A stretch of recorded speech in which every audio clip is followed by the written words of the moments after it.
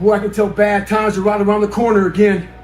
I can tell by all the emails I'm getting talking about I can't get a break in life. I hate that damn mentality, but I can't get a break. You aren't given any breaks in life. You make them for yourself. We are all being tested in life. While my test is different than yours, you will be tested. And how you face that test and how you overcome that test determines the rest of your life. The one mentality that you must have in life is that regardless of what's in front of you, you still must grind. I'll never be in the Olympics. I'll never be a professional athlete, but still I grind. I fail at most things I do, but still I grind. I don't want to do half the shit I do, but still I grind. And that one day, you see me down a dark alley, running at 1 o'clock in the morning, know one thing. I was grinding. Stay hard. Like, I didn't care about losing weight. I didn't care about being the fastest person. I wasn't making the Olympics. I wasn't going to pros. I could barely read and write when I was in a junior in high school. I wasn't going anywhere. I saw working out as a way for me to build calluses on my mind. I had to callous over the victim's mentality. So I watched these movies. I talked about Rocky last time I was on here. I always equated training to mental toughening.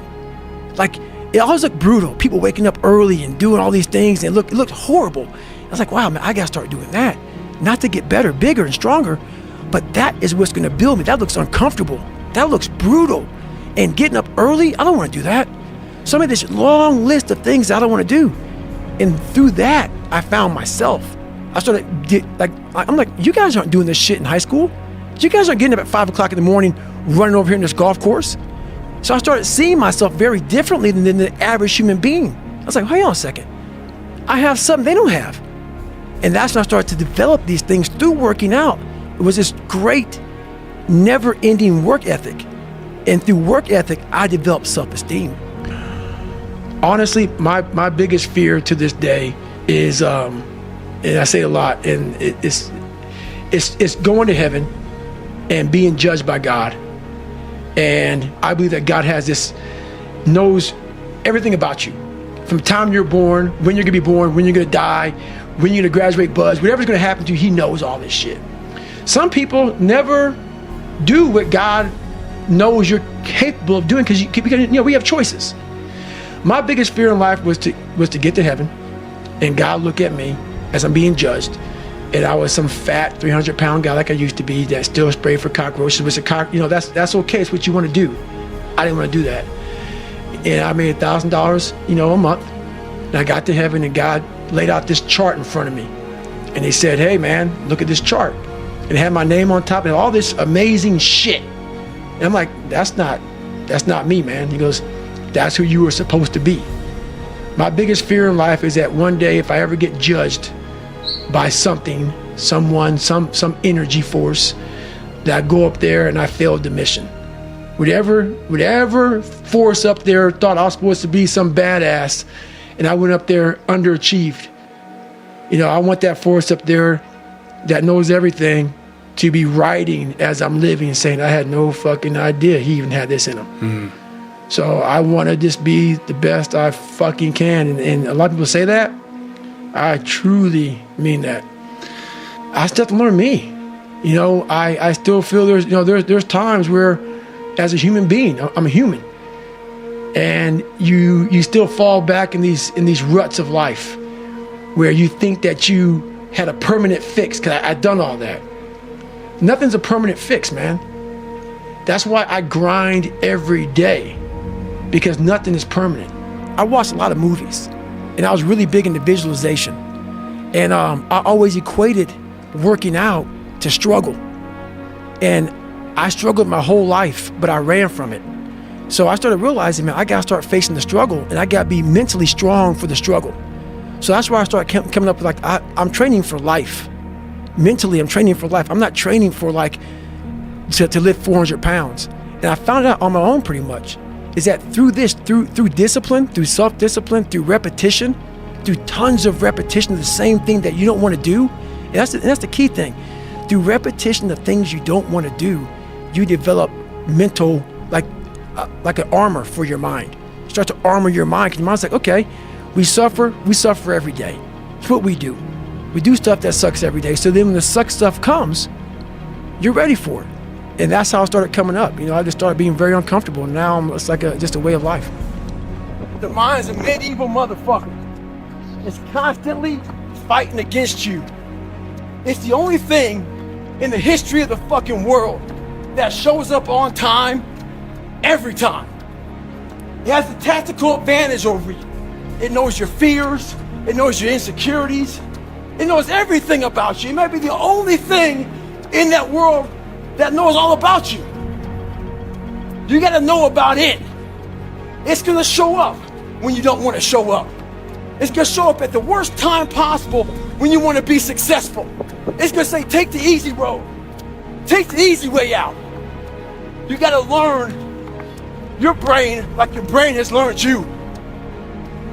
If you're willing to suffer and go back in the grind, that internal dialogue you have with yourself when you're in misery and you're uncomfortable, it's a real, scary, unfiltered, no lying dialogue between you and yourself.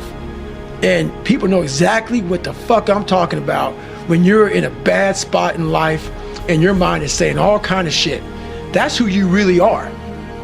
That's the real you. No Rocky Balboa moments going on up there. You're like, hey, you know, it's round 14. Let's come on, we got this. No, it's like, fuck this, I'm out of here, man. This is crazy.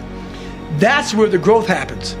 When you're able to stay in that moment and talk yourself back into the suck of wherever you're going through, and you start stripping those layers away, but as you're stripping those layers away, you're building calluses over top of shit in your mind.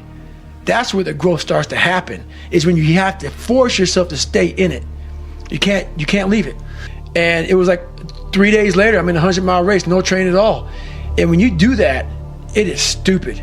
But what it does, if you're not gonna quit it, like you just talked about, it breaks you down to nothing. You are suffering so badly mentally and physically that all of these demons are coming up, and you're trying to find answers, It was like living 19 hours. It's like 5 years I put into 19 hours of highs and lows and pitfalls and seeing the sun come up. And it was like, my God, I lived 5 years in 19 hours. It was unbelievable. It was unbelievable. Weak people hate strong minds. And there's an infestation of weak people in this fucking world. See, you're born with one mouth for a reason. To speak what you believe in. Speak your thoughts. Speak your truth. But what happens is the goal of weak people is to silence you. So what they do to you is to isolate you. The more they isolate you, the more you want to put a fucking you want to sew up your mouth right in the middle. You start speaking out both sides of your mouth. You don't stand for shit. And eventually what happens is, they make you so fucking soft, you become a fucking bobblehead. You start to shaking your head yes, for whatever they fucking want. Speak your truth. Don't be a fucking bobblehead. Stay hard. All the knowledge for myself comes from that place. It doesn't come from the place of success. My knowledge does not come from the place of, because for me, like, I built Goggins from the ground up. I was born David Goggins. David Goggins wasn't good enough. He was a scared, bullied, abused kid who struggled in life. And that kid, whenever something got tough, no matter how hard I trained, no matter how ready I was, whenever something got tough for me, David Goggins, the real David Goggins, would come out and he would quit. So I realized this over a period of time. So I had to build Goggins. And in that process, I had to go back to that mental lab. And that mental lab is at scratch. That mental lab isn't that trained humility. And so that's where I get better.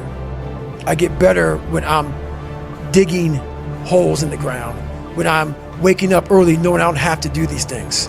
That's where I get better. So people think anger was my fucking fuel. Just so, yeah, anger can be a fuel.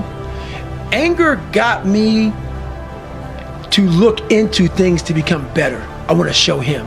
But I tell you one thing, when you're suffering and you're fucking at the wit's end and you want to fucking quit, that anger is gone, brother. Well, it's also not a sustainable fuel source. Your mind is thinking about, let's get the fuck out of here. So I realized this anger ain't shit.